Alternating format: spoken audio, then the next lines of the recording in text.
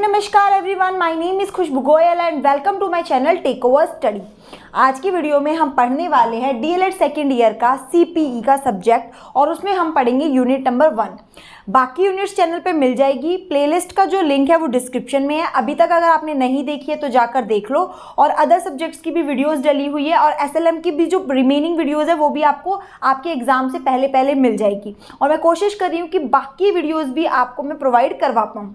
उसके लिए अगर आपको जो भी इंफॉर्मेशन अपडेट जो भी होती है वो मैं अपने टेलीग्राम चैनल पे डालती हूँ, तो टेलीग्राम चैनल को जाकर ज्वाइन कर लीजिए। लिंक मिल जाएगा डिस्क्रिप्शन में। और साथ ही में कोई भी क्वेरी है आपको तो कहाँ पूछोगे, मेरे से इंस्टाग्राम पे पूछ सकते हैं डायरेक्ट मैसेज में, या फिर कमेंट में भी आप मुझसे पूछ सकते हैं जो भी आपको डाउट है रिलेटेड टू दैट यूनिट। अब जो यूनिट नंबर 1 है करिकुलम पैडागोजी एंड इवैल्यूएशन, हमारा जो सब्जेक्ट है उसकी, तो इसमें हम करिकुलम के बारे में ही पढ़ेंगे। करिकुलम में हमारा सब्जेक्ट सिलेबस इंक्लूड होता है, उसके बारे में पढ़ेंगे।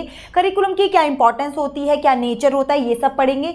साथ ही में इसमें हम एनसीएफ के बारे में पढ़ेंगे, नेशनल करिकुलम फ्रेमवर्क 2005 के बारे में, और देन हम टेक्स्ट बुक के बारे में और टेक्स्ट बुक की क्या क्या इंपॉर्टेंस होती है। तो ये सारी चीज़ें इस वाली वीडियो में कवर हो जाएगी। तो चलो पढ़ते हैं।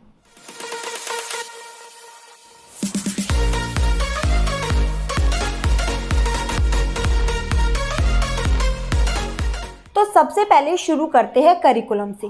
करिकुलम वर्ड जो है लैटिन वर्ड से आया है जिसका मतलब होता है रेस कोर्स। मतलब वो सब्जेक्ट को समझने के लिए हमें जो जो हर्डल्स पार करने होते हैं वो हमारे करिकुलम में होते हैं।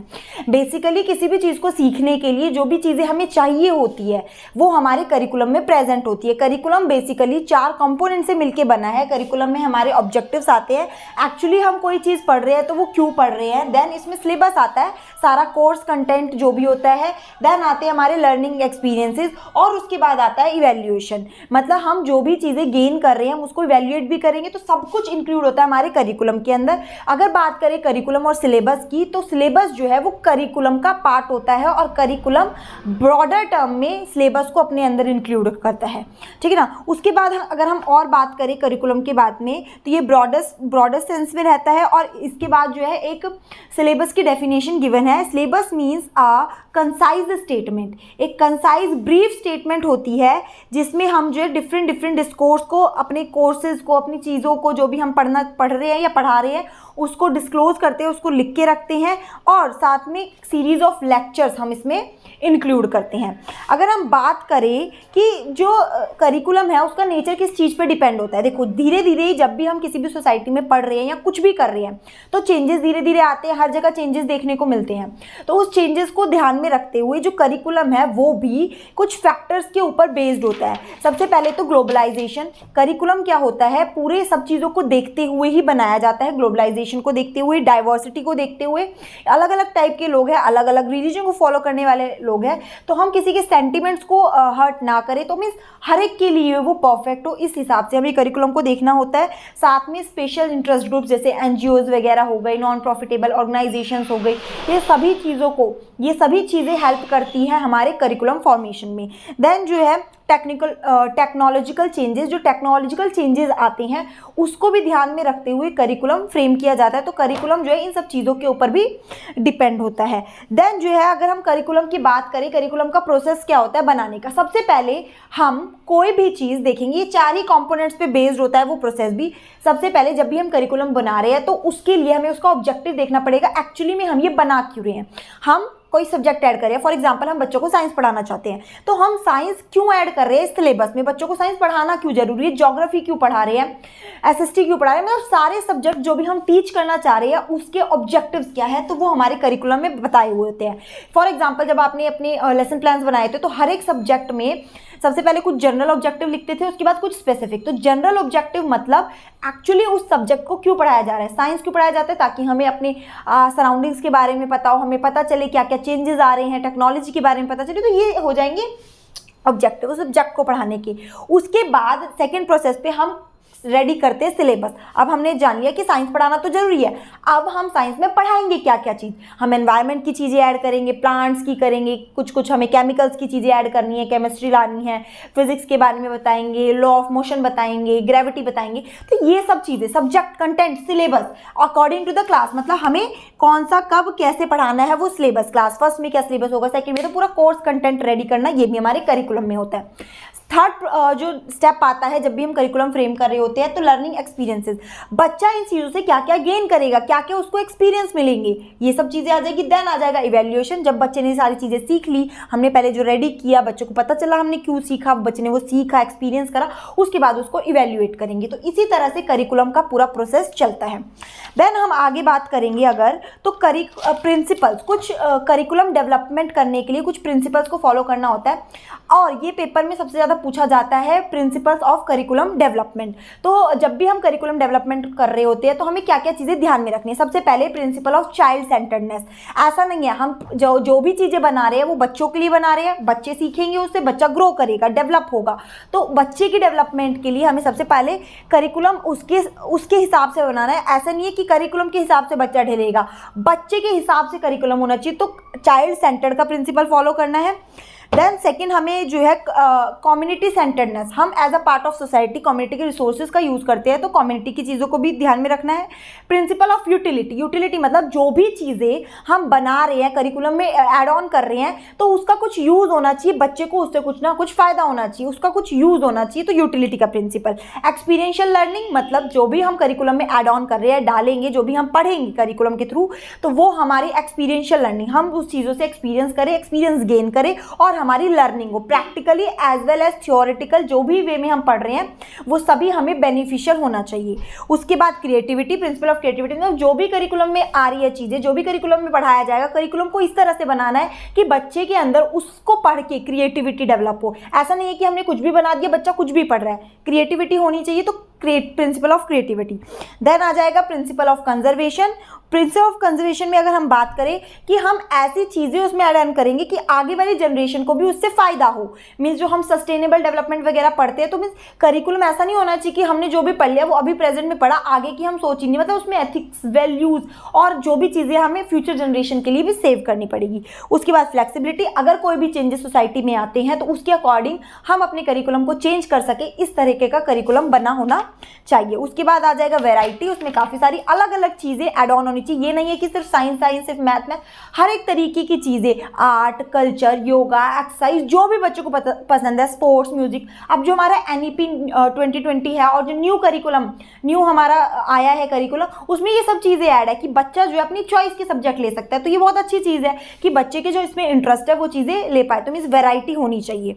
उसके बाद प्रिंसिपल ऑफ बैलेंस, हर चीज़ बैलेंस होनी चाहिए, ऐसा नहीं है। Content according to the class होना चाहिए, जो भी चीज़ें ऐड ऑन की जा रही है वो बच्चे के ग्रोथ के लिए होनी चाहिए एट लास्ट, की वो जो है बच्चों को डेवलपमेंट और ग्रोथ में हेल्प करे। उसके बाद आ जाते हैं, जब भी हम करिकुलम डेवलपमेंट करते हैं तो उसकी अप्रोचेस क्या होती है। जो हमने प्रिंसिपल पढ़े उसी से रिलेटेड ही अप्रोचेस होती है। तो 3 अप्रोच पे हमारा करिकुलम चलता है।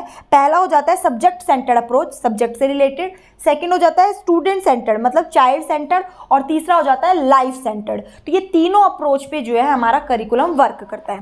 तो सबसे पहले अगर हम बात करें सब्जेक्ट सेंटर्ड अप्रोच में, तो हम इसमें क्या डालते हैं, हम इसमें वो सारी चीज़ें ऐड करते हैं कि हमें क्या करना है, हमें क्या बनाना है, किस तरह से हमें करना है, और क्या क्या चीज़ें कंटेंट में डालनी है, चाहे वो लोअर क्लास हो चाहे वो अपर क्लास हो। मीन सब्जेक्ट सेंटर्ड में आ जाता है हमारा जो भी सब्जेक्ट हम पढ़ाएंगे उसका लेवल डिसाइड करना, कौन सी क्लास में वो कितना पढ़ाना है। जैसे अब हम जो है, अगर आपने सीटेट का एग्जाम दिया है तो बहुत अच्छी बात है, अगर नहीं भी दिया आगे आप देंगे, तो सीटेट में क्या करते हैं, हम सब्जेक्ट पढ़ते हैं, हमें थीम दी हुई है EVS में 6, फूड, एनिमल, ये सारी चीज़ें जो भी थीम्स है, शेल्टर।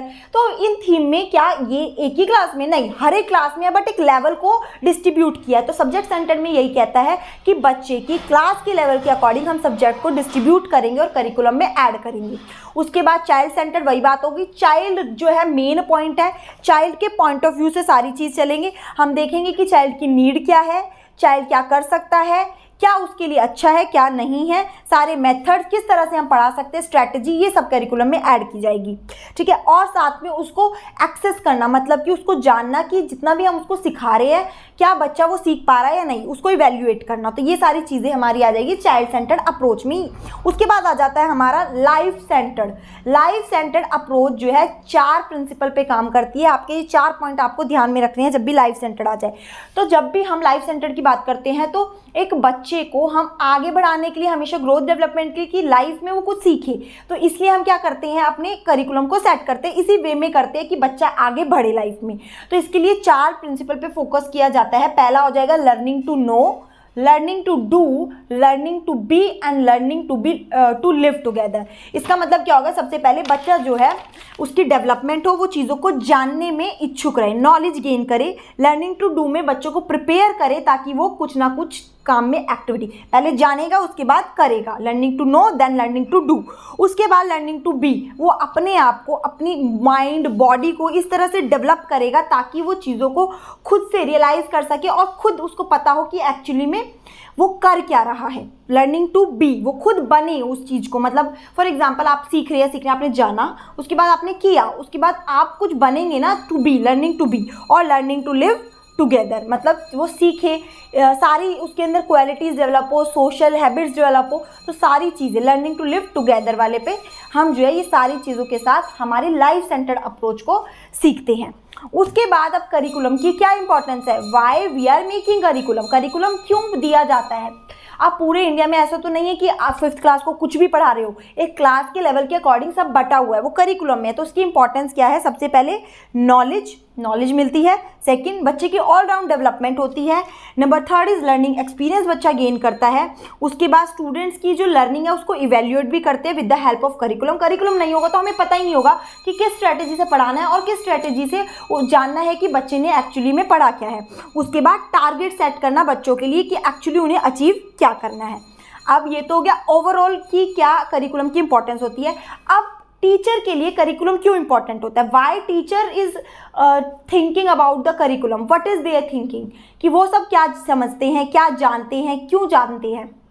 तो ये तो हो गई ओवरऑल हमारी जो भी इंपॉर्टेंस थी करिकुलम की। अब टीचर्स के लिए भी कुछ इंपॉर्टेंस होती है करिकुलम की कि कैसे पढ़ाना है, what to teach, how to teach and how to evaluate, how to organise activities and how to use community resources. अब एक एक करके समझते हैं।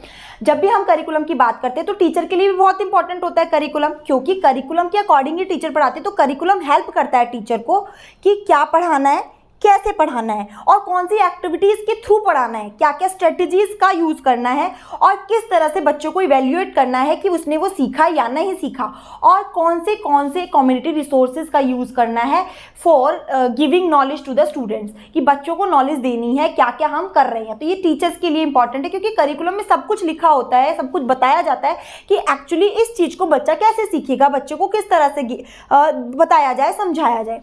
सिमिलरली इंपॉर्टेंस जो है, अब जो करिकुलम की इंपॉर्टेंस है वो एजुकेशनल एडमिनिस्ट्रेटर्स के लिए क्या होती है। सबसे पहला कंट्रोल डिवाइस होता है, वो सारी चीज़ों को कंट्रोल कर पाते हैं with the help of curriculum. Next, responsibility accountability को एस्टेब्लिश कर पाते हैं। उसके बाद जो है वो प्रोग्राम्स, टीचर्स की प्रोफेशनल ग्रोथ के लिए प्रोग्राम्स ऑर्गेनाइज कर पाते हैं और स्कूल के इंफ्रास्ट्रक्चर के बारे में देख पाते हैं, और साथ में खुद की सेल्फ की ग्रोथ के लिए कि करिकुलम अच्छा होगा तो उनको भी खुद पता चलेगा कि एक्चुअली हमारा देश किस तरह से डेवलप कर रहा है। तो ये सारी चीज़ें ज़रूर होनी चाहिए। उसके बाद करिकुलम क्या क्या रोल प्ले करता है, वही सारी चीज़ें आ जाएगी। एक तो कॉन्ट्रैक्ट, म्यूचुअल कॉन्ट्रैक्ट, मतलब इसमें सारी चीज़ें लिखी होती है, आपके चारों कंपोनेंट को ये फोकस करते हुए चलता है। उसके बाद एक लीगल डॉक्यूमेंट होता है, सभी के लिए बराबर होता है, सभी लोग इसको देखकर जो है अपना कंटेंट, अपना जो भी सिलेबस है उसको रिकॉग्नाइज कर सकते हैं। टीचर्स के लिए इसमें गाइडलाइंस होती है, साथ में स्टैंडर्ड्स हमारे होते हैं। उसके बाद जो है ये हमें जो है हमारी जो भी रिक्वायरमेंट्स है डेवलपमेंट के लिए वो पूरी करने के लिए हेल्प करता है, इसलिए करिकुलम एक इम्पॉर्टेंट रोल प्ले करता है, उसकी ये सब इंपॉर्टेंस है। ठीक है, कंक्लूजन में इसमें लिखा हुआ है कि डिफरेंट ग्रुप्स के लिए जो है करिकुलम बहुत इंपॉर्टेंट होता है, और करिकुलम के बिना हम जो है चीज़ों को नहीं डेवलप कर पाएंगे, नहीं समझ पाएंगे। एक्चुअली में ये एक बेस हो जाता है जिसके थ्रू हमें आइडिया हो जाता है एक्चुअली में हमें एजुकेशन में करना क्या है, क्या पढ़ाना है, क्या पढ़ना है, ये सारी चीज़ें पता चलती है। ठीक है, उसके बाद एक डिफरेंस आ जाता है छोटा सा करिकुलम और सिलेबस के बीच में। तो ये वो डिफरेंस है करिकुलम एंड सिलेबस। ये आपको टेलीग्राम पे पिक्चर मिल जाएगी, तो आप ज्वाइन जरूर कर लेना टेलीग्राम, लिंक डिस्क्रिप्शन में है। ठीक है, सबसे पहले करिकुलम और सिलेबस में क्या डिफरेंस है। नंबर 1 इज करिकुलम पूरा प्लान्ड होता है और गाइडेड लर्निंग एक्सपीरियंस को रखता है, और सिलेबस जो है ये कोर्स की आउटलाइन होती है, मतलब क्या पढ़ाना है वो सब, कैसे पढ़ाना है, कब पढ़ाना है, कितना पढ़ाना है, ये सब हमारा करिकुलम में आता है। ठीक है, उसके बाद रिलेशनशिप आ जाती है। करिकुलम कंप्लीट सेट होता है और ब्रॉड होता है, जिसके अंदर सिलेबस जो है पार्ट होता है करिकुलम का। उसके बाद करिकुलम बनाते समय कौन से पीपल इन्वॉल्व होते हैं इसमें, NCERT, SEERT, CBSE, ये सारे जो है हेल्प करते हैं करिकुलम फ्रेमवर्क में। और सिलेबस जो है सेम ऑर्गेनाइजेशन बनाती है, बट डिपेंड होता है टीचर टू टीचर और स्कूल टू स्कूल की वो उस चीज़ को कैसे आगे लेकर जा रहे हैं, बच्चों तक कैसे पहुंचा रहे हैं। उसके बाद करिकुलम प्रिस्क्रिप्टिव होता है नेचर में और सिलेबस डिस्क्रिप्टिव होता है। ठीक है, करिकुलम में हमारे ऑब्जेक्टिव, कोर्स कंटेंट, ठीक है, ये लर्निंग एक्सपीरियंस और इवैल्यूएशन इंक्लूड होता है, और सिलेबस डिस्क्रिप्टिव होता है। इसमें सिर्फ ये चीज़ें इंक्लूड होती है कि हमें कैसे पढ़ाना है, कब पढ़ाना है, ठीक है, क्या पढ़ाना है एक्चुअली में। और इसमें सारी चीज़ें होती है कि हमें जो हम पढ़ा रहे हैं उसको इवैल्यूएट करेंगे कैसे, और बच्चा कैसे गेन कर रहा है। तो ये पूरा हमारा करिकुलम से रिलेटेड हो गया। नेक्स्ट इसका सब टॉपिक है NCF, नेशनल करिकुलम फ्रेमवर्क 2005। 2005 में जो नेशनल करिकुलम फ्रेमवर्क आया था under the chairmanship of professor Yashpal, 2005 में ये आया था। और ये बेस्ड किस चीज़ पे था, इसका मेन फोकस था लर्निंग विदाउट बर्डन। बच्चों को जो भी हम पढ़ा रहे हैं करिकुलम में वो चीज़ें ऐड करें जिससे बच्चे के ऊपर बर्डन ना आए, और बच्चा जो भी चीज़ें पढ़ रहा है बिना बर्डन के पढ़े। और ये जो हमारी नेशनल एजुकेशन पॉलिसी थी 1986 वाली, उसी के ऊपर बेस था, उसी में कुछ चेंजेस लाए गए थे, और उसमें चेंजेस ला के NCF 2005 इंट्रोड्यूस हुआ था।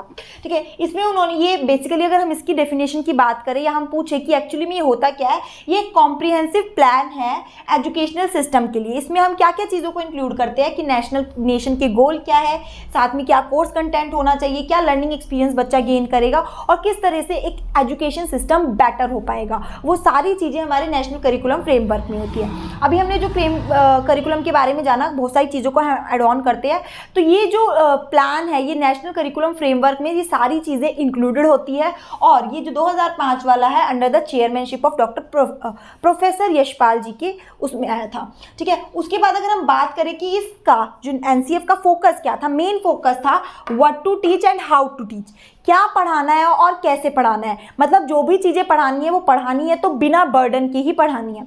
अब इसके फीचर्स में क्या क्या फीचर्स आए, अलग अलग सब कैटेगरी में डिवाइड किए गए हैं। तो पहला जो आता है कि इस जो ये भी नेशनल करिकुलम फ्रेमवर्क है, इसका क्या पर्सपेक्टिव है, किस सोच के हिसाब से ये लाया गया है। देखो 4 मेन पॉइंट पे ये बात करता है, 4 इसकी पर्सपेक्टिव है। नंबर 1 इज हम जो भी बच्चों को पढ़ाएंगे उनकी आउटसाइड लाइफ से जो है रिलेट करेंगे। तो relate everything, every content with the outside world, सिर्फ क्लासरूम तक सीमित नहीं रखना है, बाहर के वर्ल्ड से भी रिलेट करना है।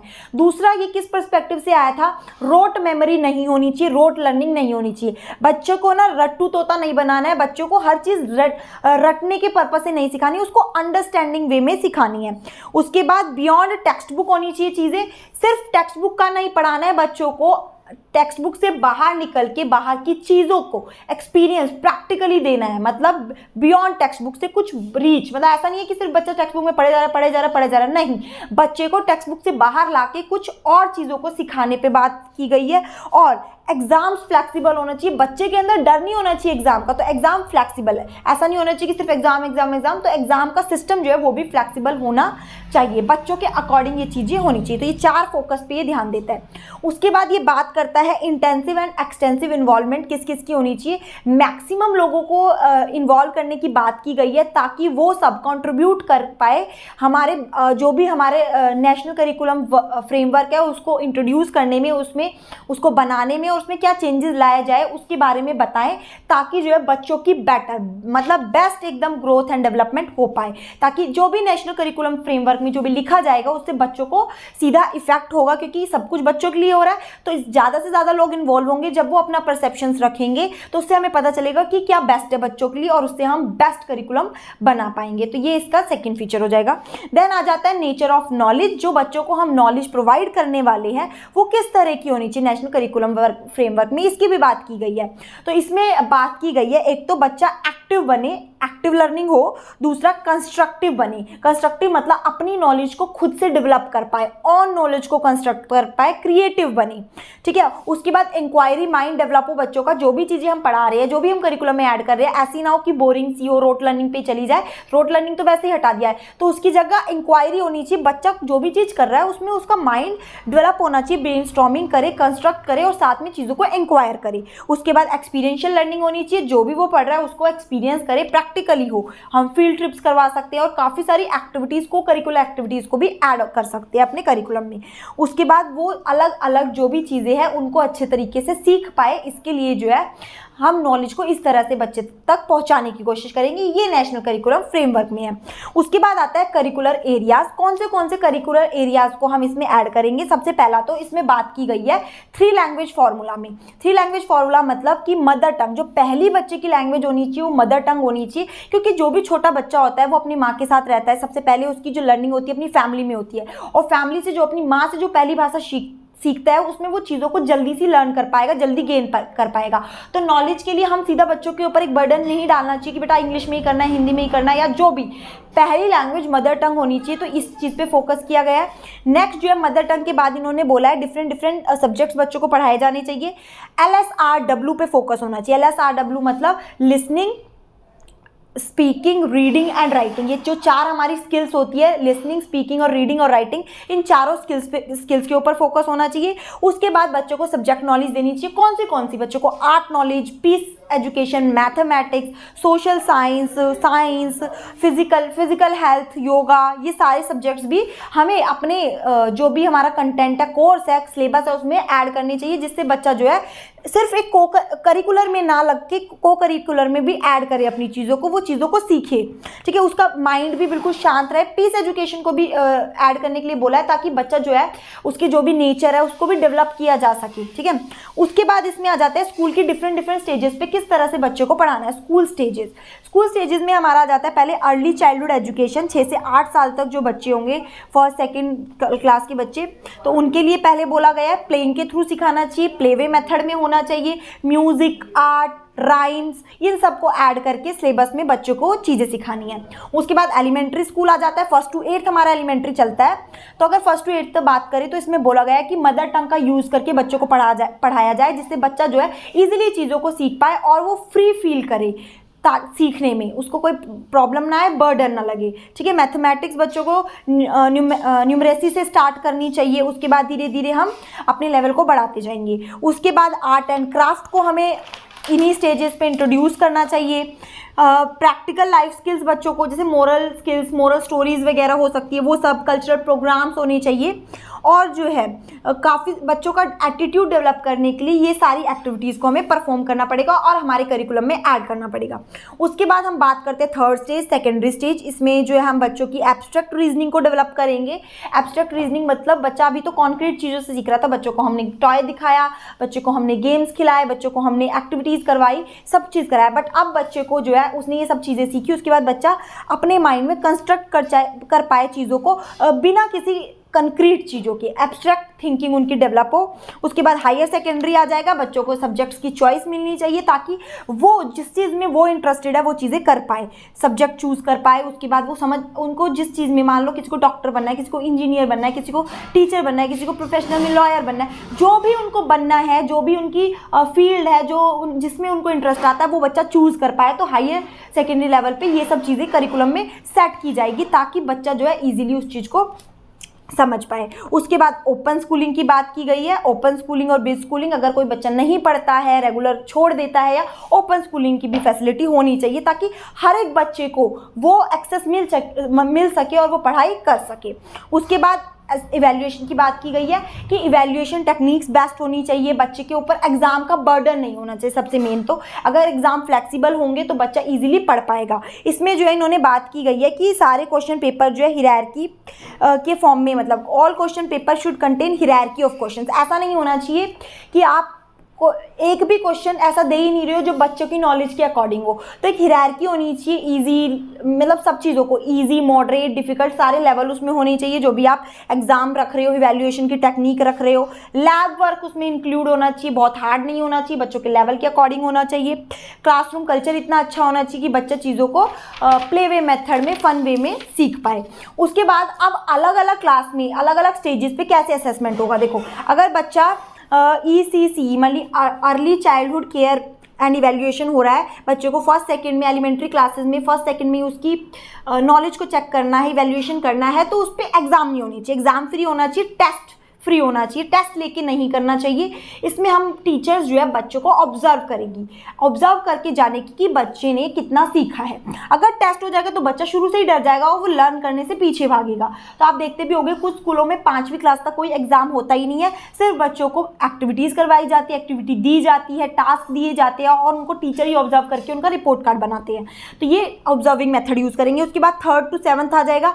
हम जो है बहुत ज़्यादा एकदम एग्जाम नहीं लेंगे, थोड़े बहुत टेस्ट वेस्ट ले सकते हैं, ओरल रिटन टेस्ट ले सकते हैं और बच्चों को टाइम टू टाइम ऑब्जर्व कर सकते हैं। उसके बाद जब हम सेकेंडरी क्लासेस में आते हैं 9 to 12, इसमें हमें एग्जाम कंडक्ट करवाना पड़ेगा ताकि पता चले कि बच्चा जो है वो कितना सीख पाया है। ये सारी चीज़ें कवर हो जाएगी।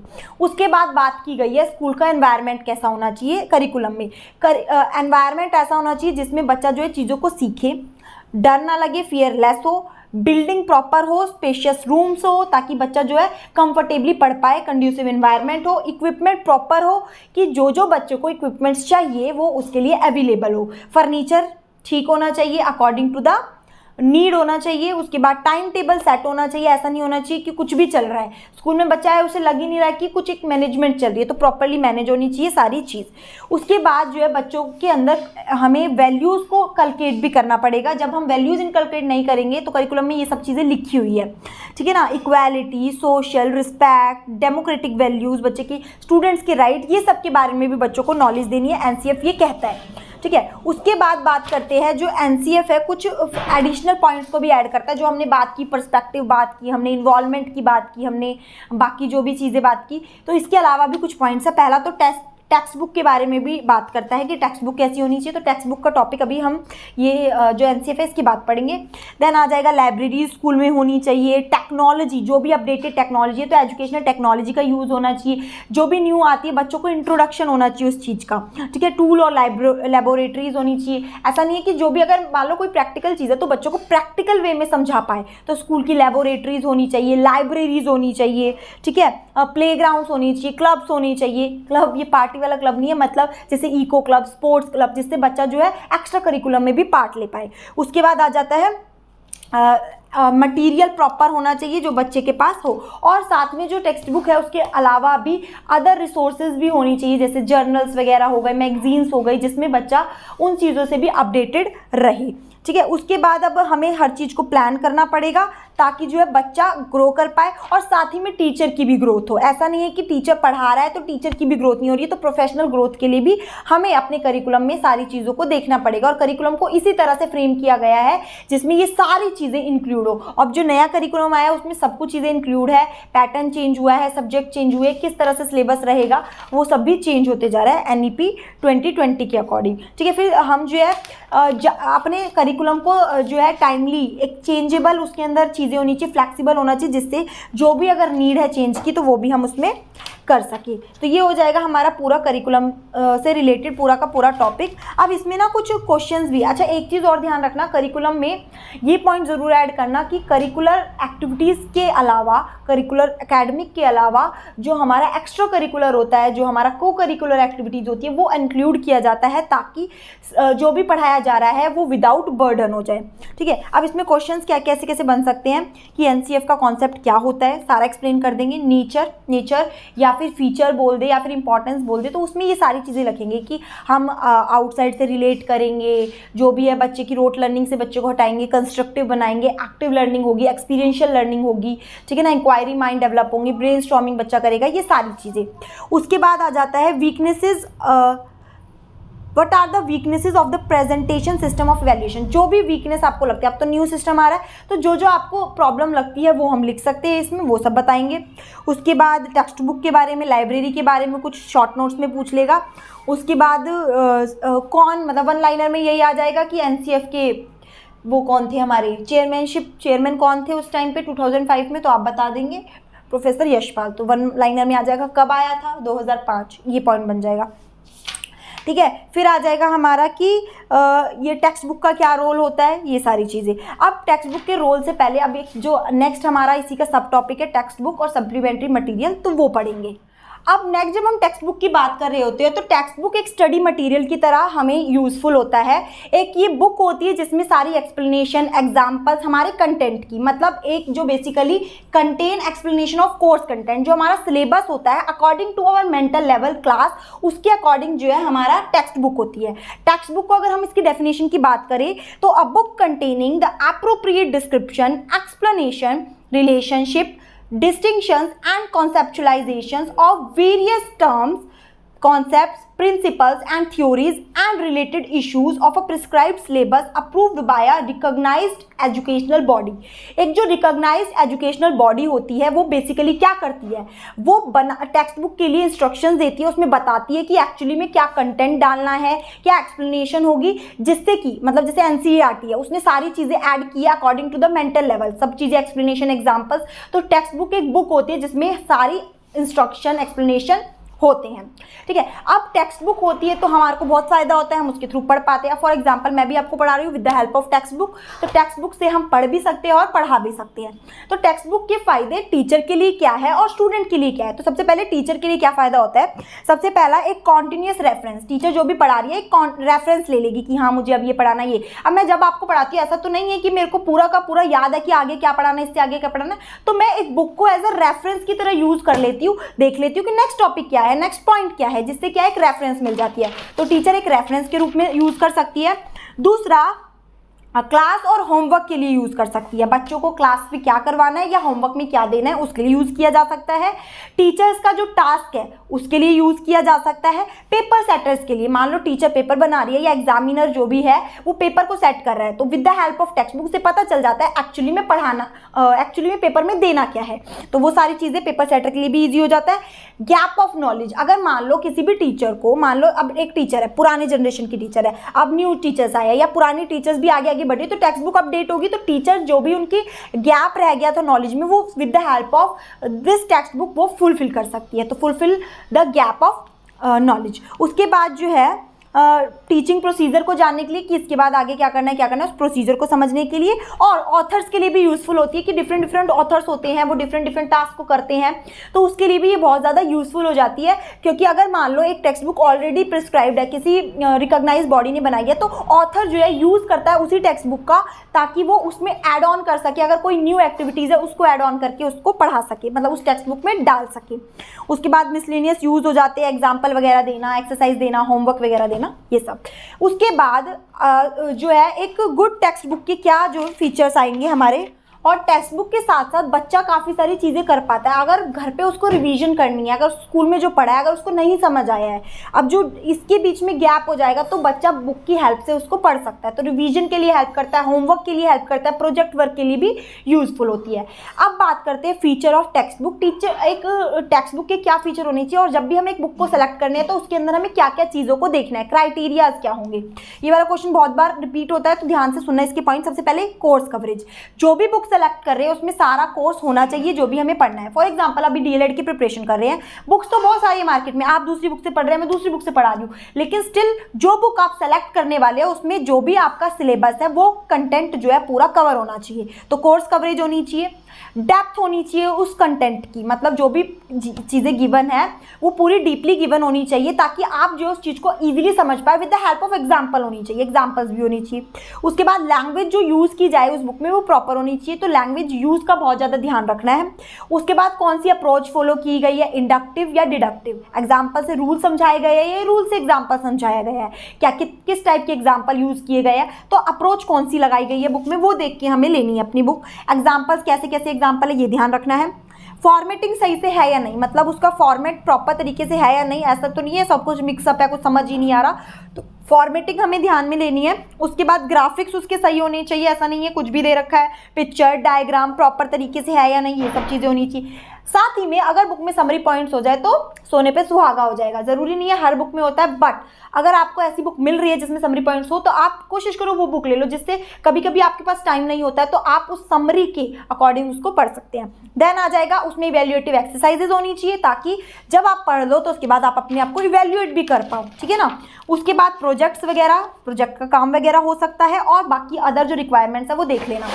जो मैंने बताई इसके अलावा भी 50 क्वालिटीज एक बुक में हो सकती है, जिसको देख के आप बुक लेंगे। तो आप जो है मेन तो अपने कोर्स कंटेंट, एग्जाम्पल्स वगैरह, लैंग्वेज ऐसी होनी चाहिए जो आपको समझ आए, इस तरह से बुक सेलेक्ट करेंगे। उसके बाद जब भी आप एक टेक्स्ट बुक को यूज़ करते हैं एज अ टीचर या फिर एज अ स्टूडेंट, तो कुछ प्रिकॉशंस को आपको ध्यान में रखना होता है। नंबर 1, अगर टीचर के लिए बात करें तो थोरो स्टडी ऑफ टॉपिक। जब भी टीचर कुछ भी पढ़ाने जा रही है, अगर उसको इस चीज़ की नॉलेज है तो भी, और नहीं है तब भी, एक थोरो स्टडी करे कंटेंट की फर्स्ट। सेकेंड, वो जो है सप्लीमेंट करे टेक्स्ट बुक को एज अ मटेरियल, मतलब वो ऐसा ना करे कि सब कुछ टेक्स्ट बुक से ही देख ले, अपना खुद का मटेरियल तो होना ही चाहिए, सप्लीमेंट की तरह यूज़ करे। नंबर 3, रेप्लिकेशन ना करे, अवॉइड रेप्लिकेशन, मतलब किसी भी चीज़ में कॉपी ना करे, जो भी पढ़ रहा है एज इट इज़ डिट्टो बोल दे, ये नहीं होना चाहिए, कॉपी कंटेंट नहीं होना चाहिए, जिससे जो है एक्सप्लेनेशन अच्छी नहीं होती है और बच्चों को भी इजीली कंटेंट समझ नहीं आता है। उसके बाद टेक्स्ट बुक के मेन पॉइंट्स पे फोकस करना चाहिए। देन जो है वो न्यू एडिशंस के साथ टीचर को टच में रहना चाहिए, न्यू एडिशंस आने चाहिए, जो भी आते हैं उसमें ध्यान रखे टीचर कि हाँ भाई ये अब ये नया चीज़ ऐड हुई है, ये चीज़ नहीं ऐड हुई है, तो टीचर उस चीज़ के लिए अप टू डेट होना चाहिए। और टेक्स्ट बुक को teacher as a lesson plan भी यूज़ कर सकती है। लेसन प्लान की तरह कैसे? क्योंकि टेक्स्ट बुक में सारा मटीरियल एक तरीके से रिकॉग्नाइज वे में होता है, ऑर्गेनाइज होता है, तो टीचर लेसन प्लान के रूप में भी जो टेक्स्ट बुक है उसको यूज़ कर सकती है। उसके बाद स्टूडेंट्स को क्या प्रिकॉशंस लेने हैं या स्टूडेंट्स के लिए कैसे यूज़फुल होगा, तो टेक्स्ट बुक को अपने पोजेशन में रखिए। मतलब ऐसा तो नहीं है कि टेक्स्ट बुक को कहीं भी घुमा दिया है, कहीं भी रख दिया, नहीं, अपनी टेक्स्ट बुक का प्रॉपर ध्यान रखना है, प्रॉपर तरीके से उसको रखना है। ये भी नहीं है कि ताला मार के रख दो एकदम अलमारी में, नहीं, उसको यूज़ करना है, पढ़ना है, बट स्टिल वो आपका पोजेशन है, तो आपको अपनी टेक्स्ट बुक की केयर भी होनी चाहिए। दूसरा, टेक्स्ट बुक को असाइनमेंट के लिए यूज़ कर सकते हैं। नेक्स्ट, जो भी ऑथर्स ने बुक में इंस्ट्रक्शन दिए उसको फॉलो कर सकते हैं। इफेक्टिव लर्निंग के लिए रिपीटेशन कर सकते हैं, टीचर ने पढ़ाया खुद पढ़ो, दोबारा पढ़ो, एग्जाम में पढ़ लो, तो रिपीटेशन कर सकते हो। उसके बाद जो है टेक्स्ट बुक की मेंटेनेंस अच्छे से रखनी है। आप टेक्स्ट बुक की हेल्प से नोट्स बना सकते हैं, ठीक है। ये सारी चीज़ों को एज अ स्टूडेंट आप जब भी टेक्स्ट बुक यूज़ करते हैं तो ये प्रिकॉशंस को ज़रूर ध्यान में रखना है। अब टेक्स्ट बुक को बनाते समय कुछ गाइडलाइंस भी दी गई है एनसीएफ के थ्रू। देखो एनसीएफ के जो भी पॉइंट्स थे वही इसमें आएंगे। रोट लर्निंग वाली चीज़ें नहीं होनी चाहिए टेक्स्ट बुक में, एग्जाम्पल्स होने चाहिए, बच्चों को प्ले वे मेथड्स की तरफ पढ़ाया गया होना चाहिए, साथ में चाइल्ड सेंटर्ड वो टेक्स्ट बुक होनी चाहिए, बच्चा नॉलेज को कंस्ट्रक्ट करे इस तरह की टेक्स्ट बुक होनी चाहिए, डाइवर्सिटी को फॉलो करना चाहिए, इंटीग्रेटेड अप्रोच को फॉलो करनी चाहिए, एक्टिविटीज़ होनी चाहिए, ठीक है, एनवायरमेंटल कंसर्न्स को भी फॉलो करना चाहिए। उसके बाद जो है कंटेंट की वैलिडिटी होनी चाहिए, ऐसा नहीं होना चाहिए कि कुछ भी बना दिया है, कुछ भी नहीं है, तो बुक के अंदर सारा कंटेंट जो है प्रॉपर होना चाहिए। और टेक्स्ट बुक को कॉम्प्रीहेंड जो है प्रॉपरली डेली बेसिस पे होनी चाहिए, अप टू डेट बुक्स होनी चाहिए, ठीक है ना। फिजिकल बर्डन बच्चों का रिड्यूस करे, ठीक है, ई लर्निंग होनी चाहिए और एक्टिविटीज़ उसमें ऐड होनी चाहिए। साथ ही में एनसीएफ में ये तक भी बोला गया है कि स्पायरल अप्रोच को फॉलो करेंगे। स्पायरल अप्रोच मतलब प्रीवियस कंटेंट से न्यू कंटेंट को रिलेटेड चीज़ें टेक्स्ट बुक बनी होनी चाहिए और जो भी एग्जांपल यूज़ होने चाहिए वो बच्चों के अकॉर्डिंग होनी चाहिए। चाइल्ड सेंटर तो हमने बात कर ली थी, साथ में ग्रुप वर्क का भी उसमें स्कोप होना चाहिए, प्रोजेक्ट वर्क भी प्रॉपरली दिए होने चाहिए, स्टूडेंट्स की नीड को पूरा करना चाहिए, बायसनेस उसमें नहीं होनी चाहिए, ठीक है ना। बच्चा अपनी नॉलेज को अच्छे से कंस्ट्रक्ट कर पाए और वर्क एक्टिविटीज़ भी मतलब ग्रुप एक्टिविटीज़ की तरह से उस चीज़ों बुक में इंटरेस्टिंग वे में लेसन को दिया होना चाहिए ताकि बच्चा अच्छे से इंटरेस्ट के साथ उसको पढ़े। उसके बाद क्रिएटिविटी बच्चे की डेवलप हो, उसी के थ्रू लर्निंग सिचुएशंस गिवन हो बच्चों को, और बच्चा अपनी जो भी कंस्ट्रक्ट है नॉलेज को जो कंस्ट्रक्ट कर रहा है वो अप्लाई भी कर सके, एप्लीकेशन ऑफ नॉलेज भी हो उसमें, ठीक है ना। उसके बाद आ जाता है कुछ और supplementary materials other than the text book. Text book तो आपको हेल्प कर ही रही है, उसके अलावा हम जो है रेफरेंस बुक का भी यूज़ कर लेते हैं। रेफरेंस बुक जो है टीचर को भी हेल्प करती है और स्टूडेंट को भी हेल्प करती है, जिससे डेप्थ में जो भी कंटेंट है उसके बारे में नॉलेज मिल जाती है। Unlike text book, reference book give an in depth description और explanation of a certain subject in subject area पे सर्टेन सब्जेक्ट में डेप्थ में नॉलेज देता है हमें रेफरेंस बुक। हम रेफर कर लेते हैं ना कभी कभार, हाँ भाई मैंने ये कंटेंट यहाँ से लिया है, तो उस बुक पे जाके हम निकाल लेते हैं, तो रेफरेंस हो गया। तो अब रेफरेंस बुक की क्या इंपॉर्टेंस है? सबसे नंबर 1 इज ऑथेंटिक डिटेल्स, बिल्कुल विश्वसनीय डिटेल मिलती है, बिल्कुल सही सटीक। उसके बाद ओरिजिनल डिटेल्स मिलती है हमें वहाँ से, डेप्थ में इंफॉर्मेशन मिल जाती है, इफेक्टिव प्रिपरेशन उसके थ्रू हो पाती है, टीचर्स को अपडेट रहने के लिए हेल्प करती है, और साथ में जो हमारी एग्जिस्टिंग प्रैक्टिसेस है जो भी हम फॉलो कर रहे हैं उसको भी हम आगे अपडेट कर सकते हैं। उसके बाद आते हैं कुछ जर्नल्स। जर्नल्स क्या होते हैं? जर्नल्स बेसिकली पीरियडिकली जो है छपते हैं, मान लो महीने के बेसिस पे आ गया या 3 महीने में एक बार आ जाता है, तो ये नीड बेस्ड होते हैं और ये बेसिकली 2 टाइप्स के होते हैं। Number 1 is trade journal and second 1 is academic या स्कॉलरली जर्नल। अगर हम बात करते हैं एकेडमिक डिसिप्लिन की जो भी डिटेल है, मंथली जो भी या फिर 3 क्वार्टरली आ रही है, तो वो सारी डिटेल्स उस जर्नल में होती है, उससे टीचर अपडेट रह सकता है। अब मान लो कोई ट्रेड का पर्सन है, उसको देखना है कि आगे मार्केट में क्या चल रहा है, आगे क्या होगा, सारी ट्रेड से रिलेटेड चीज़ें वो ट्रेड जर्नल्स में आएगी। तो दोनों जर्नल्स होते हैं और बेसिकली ये भी हमारी नॉलेज को अपडेट करने के लिए यूज़ होते हैं, ठीक है ना। अब उसके बाद जर्नल्स की क्या इंपॉर्टेंस होते हैं? अपनी जो भी रिसर्च हम कर रहे हैं उसकी नॉलेज जानने में, ठीक है, रिसर्च स्टडीज़ में हेल्प करते हैं। ट्रस्टेड सोर्स होता है क्योंकि इससे जो है हमें ऑथेंटिक डिटेल्स मिलती है और हम इजीली जो भी चल रहा होता है वो हम जान पाते हैं। उसके बाद एकेडमिक और इंडस्ट्री बेस्ड जॉब्स वगैरह के लिए भी ये यूज़ होते हैं, इसमें पता लगता रहता है क्या क्या चल रहा है, ठीक है ना। और प्रोग्रेस का इंडिकेटर होता है कि किस तरह से आगे चल रही है चीज़ें, क्या चेंजेस आ रहे हैं, क्या चीज़ न्यू अपडेट हो रही है, क्या क्या चीज़ें फॉलो की जा रही है, ये सारी चीज़ें हमारे जर्नल में होती है और टीचर इसको यूज़ कर सकता है। उसके बाद आ जाती है वर्कबुक। वर्कबुक बहुत इंपॉर्टेंट होती है student as well as teacher के लिए। ये एक हेल्प प्रोवाइड करती है बच्चों को कि वो अपने आप को इवैल्यूएट करे। वर्कबुक एक बुक कम, लर्निंग मटेरियल कम, इवैल्यूएशन ज़्यादा है, मतलब इवैल्यूएटिव पर्पस के लिए यूज़ की जाती है। जैसे आप लोगों को अब क्या होता है, न्यू स्कूल में एक बुक दी जाती है, टेक्स्ट बुक, उसी के साथ एक वर्क बुक दी जाती है ताकि उसके क्वेश्चंस बच्चे इसमें से भी सॉल्व कर सके। कुछ एक्स्ट्रा क्वेश्चन भी हो सकते हैं और कुछ पुराने भी हो सकते हैं। तो ये बच्चे की सेल्फ जो नॉलेज है, सेल्फ क्रिएटिविटी और सेल्फ इवैल्यूएशन में भी हेल्प करता है। तो इसके कुछ फ़ायदे होते हैं। सबसे पहला, लर्नर लर्न करके अपनी नॉलेज को टेस्ट कर पाता है, टेस्टिंग नॉलेज के लिए। सेल्फ लर्निंग को इवैल्यूएट कर पाता है, जो उसने लर्न किया है उसको वो चेक भी कर पाता है उसी के थ्रू। टेक्स्ट बुक का सप्लीमेंट के रूप में काम करता है, ठीक है। काफ़ी सारे एक्सपीरियंसेस बच्चों को इससे मिल जाते हैं। नॉलेज अलग अलग लेवल पे बच्चा अपनी नॉलेज को चेक कर सकता है। बच्चे का कॉन्फिडेंस डेवलप होता है जब उस वर्कबुक को सॉल्व करता है, उसमें क्वेश्चंस को सॉल्व करता है, तो बच्चे का कॉन्फिडेंस डेवलप हो जाता है। एक इंटरेस्टिंग डिवाइस के रूप में काम आता है। लर्निंग बाय डूइंग होती है, बच्चा खुद कर करके चीज़ों को लर्न करता है और टाइम और स्पेस बचता है इससे, क्योंकि जो है बच्चा जब लर्न कर लेता है उसके बाद उसको ज़्यादा टाइम वेस्ट नहीं करना पड़ता और उसको वहीं पे वर्कबुक में मटेरियल मिल जाता है, तो वो इजीली सॉल्व भी कर पाता है, ठीक है। बच्चे को रिसर्च में हेल्प करता है क्योंकि अगर कुछ न्यू आएगा तो बच्चा ढूंढेगा, पढ़ेगा और फिर सॉल्व करेगा, तो इन सब चीज़ों में भी हेल्प करता है। उसके बाद नेक्स्ट हमारा आ जाता है लर्निंग किट। लर्निंग किट क्या होता है?